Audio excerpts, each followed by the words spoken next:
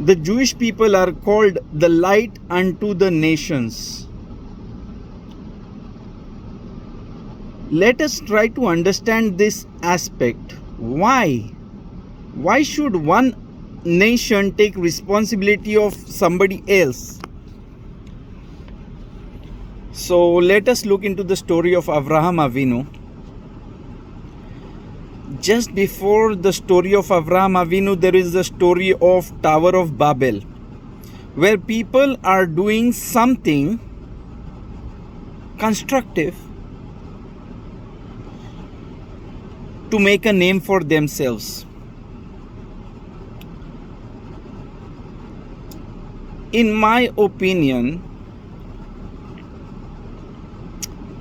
this is a good stuff. When people come together and work together, it's supposed to be good. But there is something about this, let us make a name for ourselves, maybe a problem.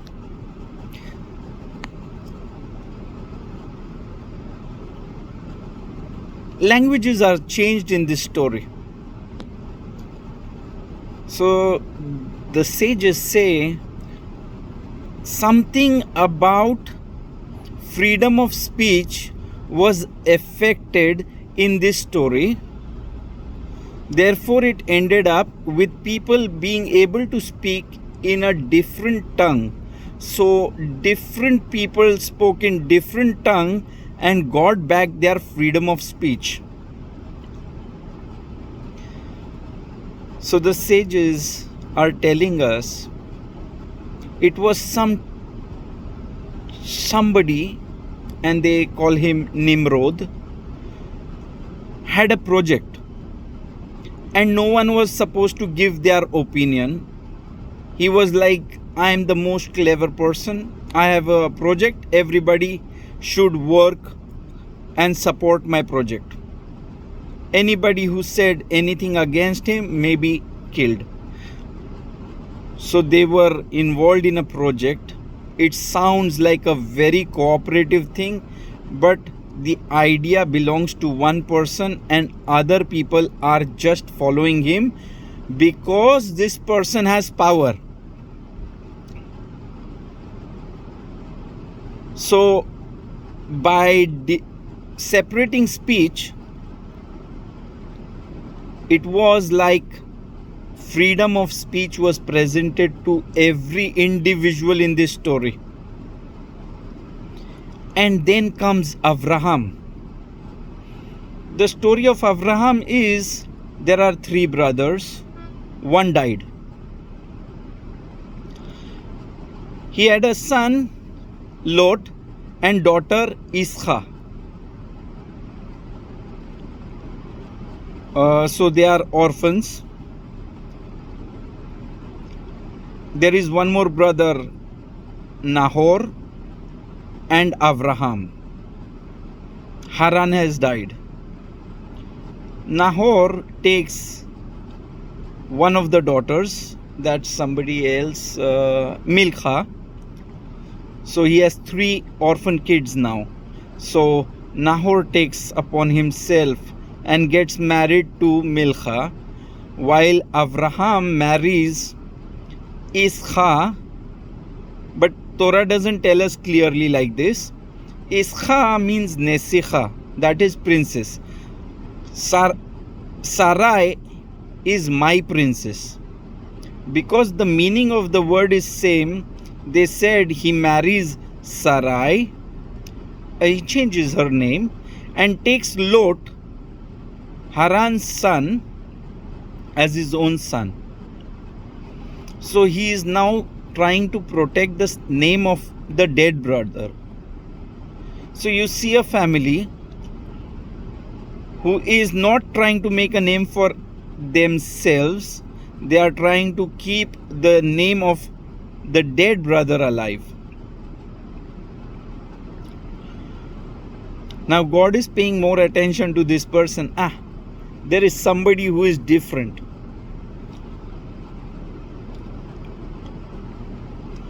Furthermore, I want to come to the story of Sodom and Gomorrah.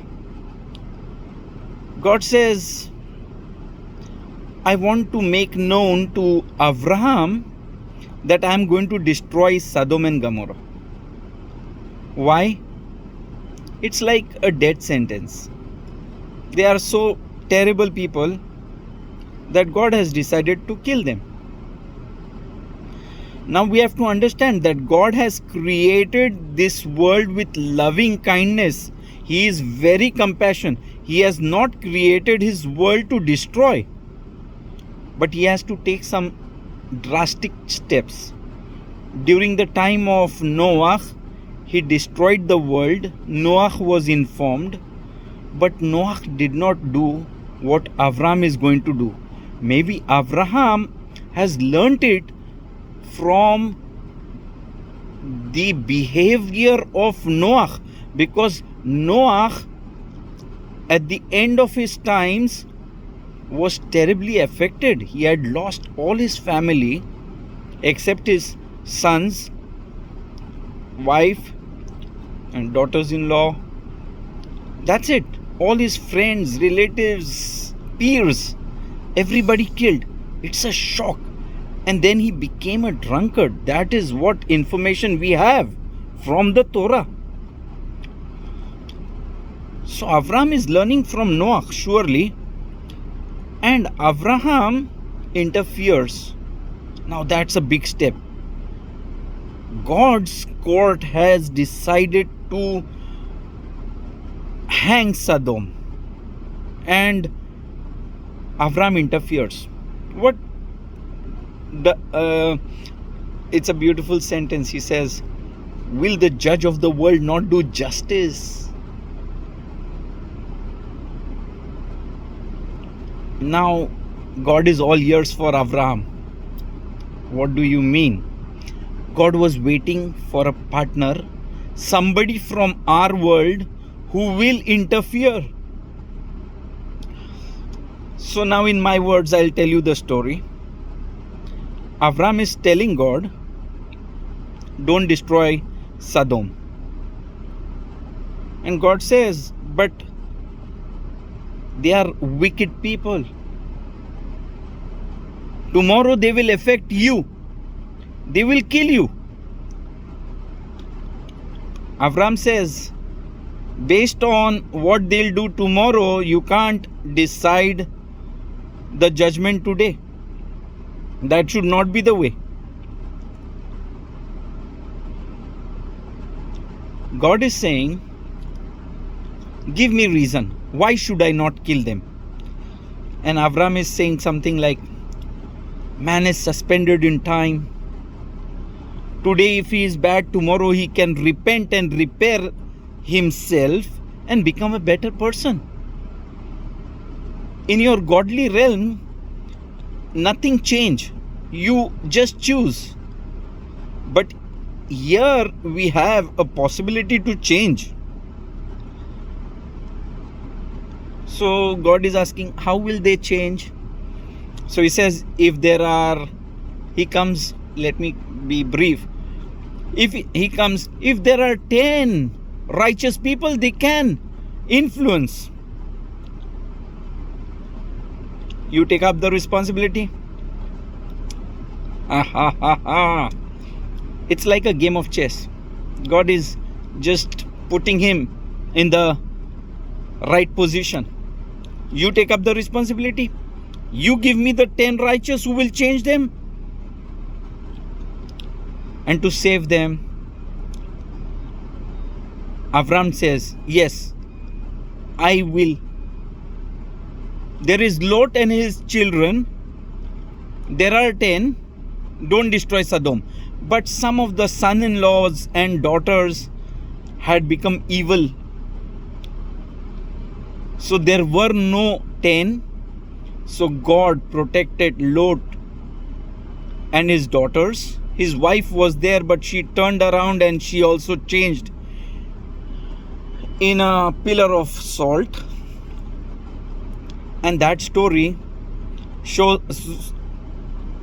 told us that Sodom was finally destroyed, but the future of the world was decided. Now Abraham had to contribute to protect this world, the 10 righteous who will change. Okay.